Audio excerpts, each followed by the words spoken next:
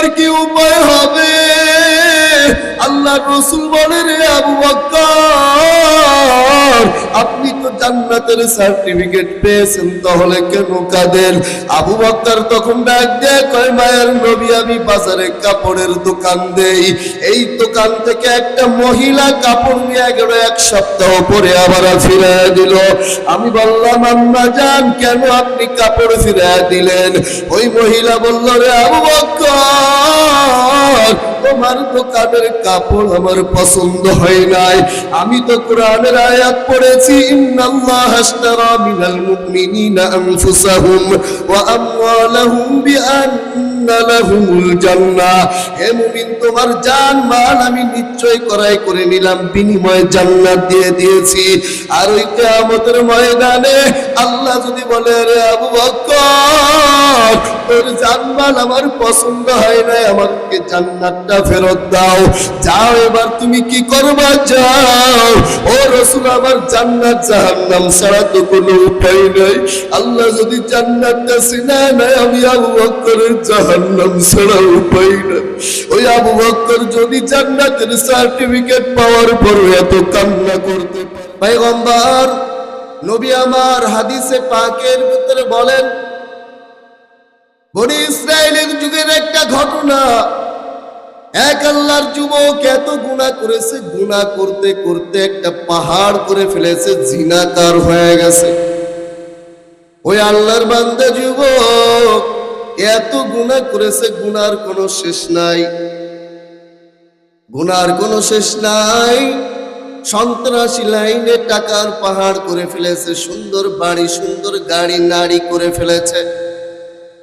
ওই পার্শ্ববর্তী এলাকায় এক আল্লাহর বান্দি, যে আল্লাহর বান্দি এমন একজন আবেদা সালেহিন নেককারওয়ালা আল্লাহর বান্দি, ওই আল্লাহর বান্দির ঘরের মধ্যে একসময় দুর্ভিক্ষ চলে আসছে। আল্লাহর বান্দিটা ওই টাকাওয়ালা মাস্তানের কাছে গিয়ে বলে, ভাই আমার, আমাকে কিছু সাহায্য দাও, আমার সন্তানেরা কান্না করে, তাদেরকে খানা দিতে হবে, আমাকে একটু সহযোগিতা করো। কিন্তু ওই যুবকটা বলতেছে, আমার সাথে তোমার জিনায় লিপ্ত হবে। ওই আল্লাহর বান্দা যখন এই কথা বলেছে, আল্লাহর বান্দি চোখের পানি ছেড়ে কান্না করা শুরু করেছে। আল্লাহর রাসূল বলেন, ক্বালান নবী সাল্লাল্লাহু আলাইহি ওয়া আলিহি ওয়া সাল্লাম, মান ইউরিদিল্লাহু খায়রান ইউসিব মিন। আমি আল্লাহ যাদেরকে পছন্দ করি, যাদেরকে ভালোবাসি, আমি আল্লাহ তাদেরকে মুসিবত দিয়ে পরীক্ষা করব। وَلَنَبْلُوَنَّكُمْ بِشَيْءٍ مِّنَ الْخَوْفِ وَالْجُوعِ وَنَقْصٍ مِّنَ الْأَمْوَالِ وَالْأَنفُسِ وَالثَّمَرَاتِ وَبَشِّرِ الصَّابِرِينَ।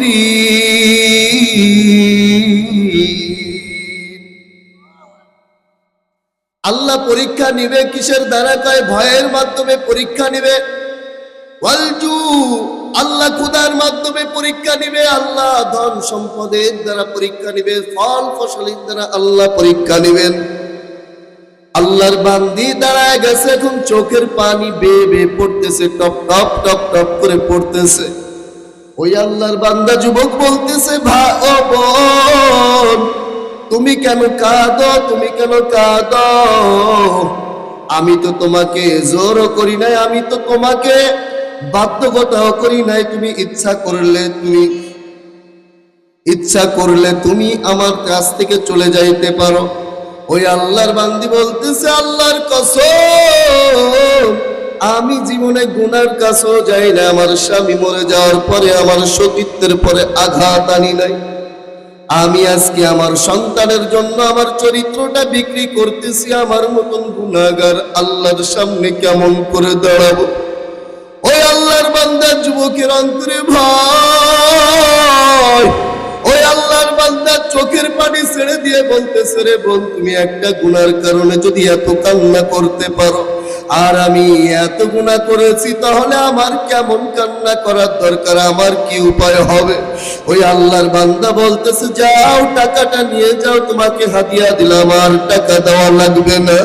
ওরে আল্লাহর বান্দা, ও বেলকি এলাকার মুসলমান, আল্লাহর গোলাম, আল্লাহর ভয়ে গুনাহটা পরিত্যাজ্য করেছে, আর গুনার কাছেও যায় নাই। ওই আল্লাহর বান্দা যুবক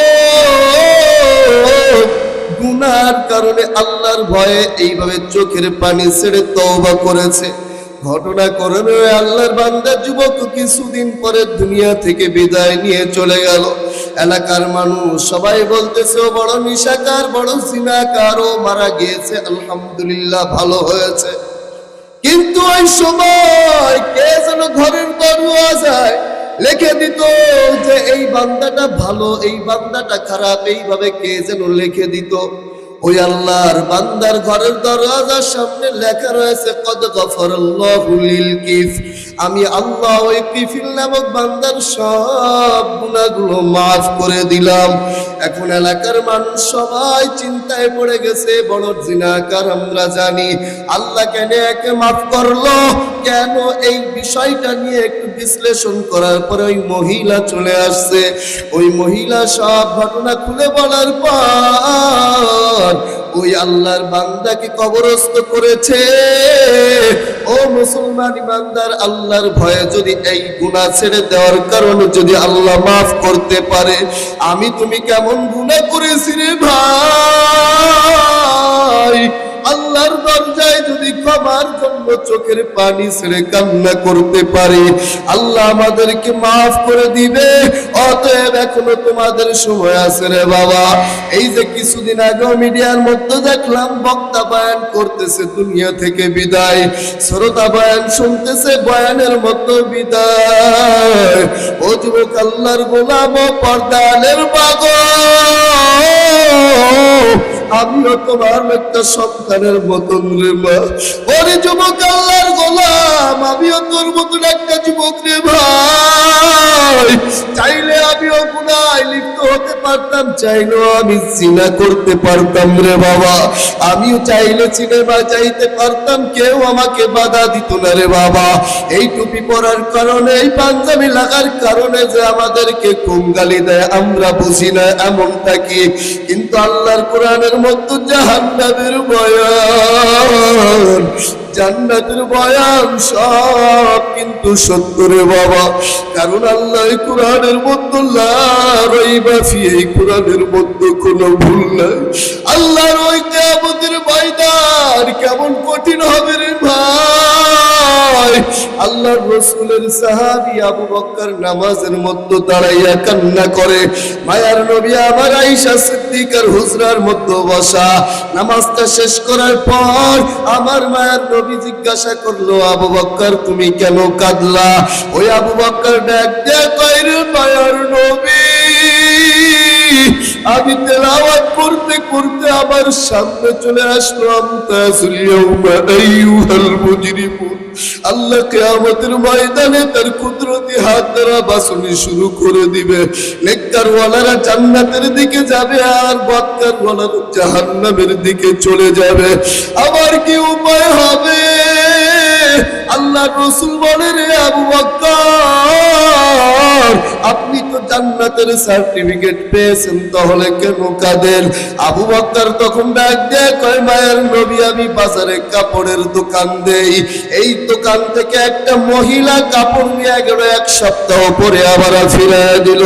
আমি বললাম, আম্মা জান কেন আপনি কাপড় ফিরিয়ে দিলেন? ওই মহিলা বলল, রে আবু বকর, তোমার দোকানের কাপড় আমার পছন্দ হয় নাই। আমি তো কোরআনের আয়াত পড়েছি, ইন্নাল্লাহা আশতারা মিনাল মুমিনিনা আনফুসাহুম ওয়া আমওয়ালাহুম বিআন্না লাহুমুল জান্নাহ।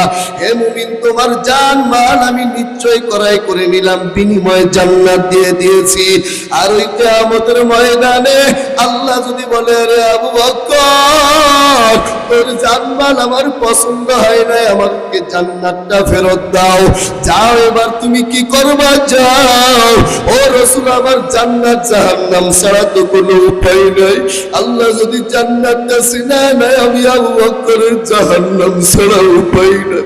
ওই আবু বকর যদি জান্নাতের সার্টিফিকেট পাওয়ার পর এত কান্না করতে পারে রে বাবা, তাহলে আমার তোমার কেমন কান্না করার দরকার? কিসের এত বাহাদুরি দেখাও। আমরা তো জান্নাতের সার্টিফিকেটও পাই নাই, আমার মতন মৌলবী কেউ নাই, আমার মতন সুন্দর বয়ান কেউ করতে পারে না। আমি একটা ভালো জায়গায় ইমামতি করি, আমি ভালো জায়গার খতিব। কত বড় খতিব হয়েছ, আল্লাহ যদি চায় মুহূর্তের ভিতরে তোমার থেকে ছিনায় নিতে পারে। আল্লাহ যদি চায় মুহূর্তের মধ্যে তোমার এমপি মন্ত্রীগিরি ছিনায় নিতে পারে। এরে আল্লাহর গোলাম, এখনো সময় আছে, তওবা করে নাও। জীবনে আর দাড়ি কাটবা না, আমার রাসূলকে আর কষ্ট দিবা না রে বাবা। ও পর্দানের মাগো, যৌবনের বাহাদুরি আর কয়দিন দেখাবারি মা, এখনো সময় আছে রে মা, তুমি তওবা করো, বেপরদায় চলবা না, স্বামীর সাথে বিয়াদবি করব না, আর দাড়ি কাটিয়া নবীকে কষ্ট দেব না, আলেম আমাদের বিরুদ্ধে কথা বলবো না, আর কখনো কোরআনের বিপক্ষে যাব না।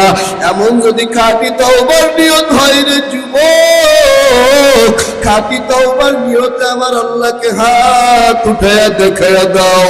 ও দয়ার মালিক, কুদরতের নজর দিয়া বেলটার দিকে তাকায় দেখেন রে আল্লাহ, আমার কলিজার যুবক তওবা করতেছে, আর দাড়ি কাটবে না, নামাজ ছাড়বে না, উলামাদের পিছনে লাগবে না, কোরআনের বিপক্ষে চলবে না। ও আল্লাহ, তুমি আমাদের সবার তওবাগুলো কবুল করো, বলো আমিন।